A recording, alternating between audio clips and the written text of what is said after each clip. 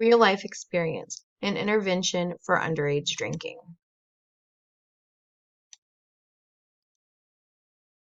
In America, alcohol is the most widely used substance for teens and young adults. 90% of underage drinking is binge drinking. For those that don't know what binge drinking is, it's when teens consume large amounts of alcohol in a small period of time. This can lead to serious health risks, safety risks. It can affect the way the teens think. An example would be if they're at a party, someone's consumed too much alcohol. They don't have the judgment to be able to determine when someone needs help or when someone's had enough. So that person may be experiencing alcohol poisoning. They might not just be sleeping. They might be passed out because they drank too much and they are in a life or death situation. 11% of alcohol is consumed by teens and young adults between the ages of 12 and 20 years old. However, teens and young adults do not drink as much as adults do, but they consume more alcohol in a smaller amount of time than adults do. Those that begin drinking before the age of 15 years old are 4 times more likely to have serious alcohol dependence issues in their future. The average age for a first-time drinker is 14 years old. Underage drinking is the cause to over 4,300 deaths under the age of 21 in a year. In 2010, there were 189,000 ER visits that were reportedly due to being under the influence of alcohol. 8% of teens drive under the influence of alcohol, and 20% of those teens have rode in the vehicle with someone who has been drinking. How can underage drinking affect someone's life? Teens, they don't have the ability to make judgments as effectively as an adult would. Teens fear that they're going to get in more trouble calling their parents and letting them know that they've been drinking, rather than they would just prefer to go on home because they think they'll be okay. They would rather suffer that consequence of putting their lives in danger and others' lives in danger because of the fear that they face from their parents. Driving under the influence can cause car accidents. It can lead to a life of violence and fighting and theft. It can also affects the way the brain develops.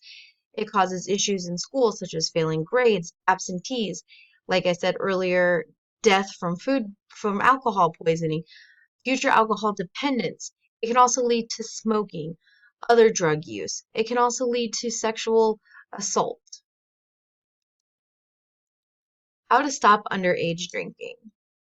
The most effective intervention that I feel is to expose them to real life stories, to have them see the hurt that other people have caused because of drinking and driving, the hurt that family members go through, the hurt that the victims go through. I think it is important to share that, to have them see physically what it can do to a family or to a person or even to the driver. Another thing to help prevent underage drinking is if you're a cashier, please check IDs. That's very important. I know it doesn't seem like such a big deal, but it is. Um, Parents supervising parties would be another way to help prevent underage drinking. If you're going out of town, don't leave your teen home alone. Have a trusted friend or a relative stay with the teen, or even check in on them nightly to make sure everything's okay. And also, one of the most important things is educate. Educate them and let them know that it is okay to call their parents, to not be scared. And parents should know that they should rather have their kids call them and tell them that they made a mistake, that they were drinking and they didn't want to drive. They will be more proud of that decision than the child going behind the wheel and hurting them or somebody else. Please let your children know that it is okay to ask for help. One of the things that I experienced in life that helped me come up with this intervention was SAD, Students Against Destructive Decisions. SAD is run by high school students. It encourages them to make positive decisions in their lives. When I was in school, the SAD group, they would have somebody dress up in all black as death. And what they would do is they would go from classroom to classroom to classroom and take out somebody. Then that person had to wear white all day, and they were not allowed to speak for the rest of the day. And then at the end, they all gathered up so everybody could see how many lives were taken each day by drinking and driving. So my idea for an intervention is called the real life experience. The purpose would be to educate the teens that are experiencing alcohol consumption issues, making reckless decisions such as drinking and driving. The goal would be to steer them away from alcohol by sharing real life stories of those that are victims, the driver, and the family of both the victim and driver. The victims would be asked to share detailed experiences of the accident. How did it occur? What were they thinking while they were waiting for help? How has this impacted their future? What encouraged them to show images of the accident, of scars, of their daily struggles? Encourage them to share as much information to help them turn away from drinking and driving.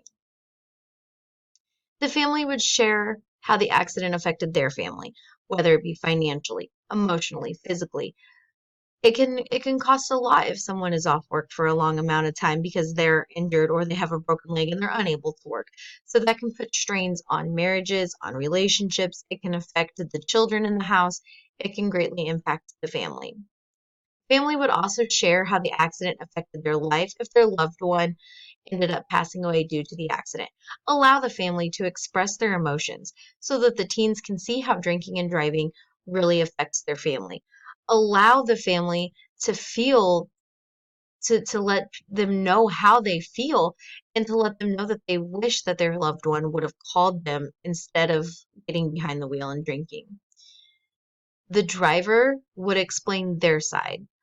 They would talk about what happened when the accident occurred, why they decided to drink and drive, and did they doubt their ability to drive, and also encourage them to talk about um, how important it is to call for help.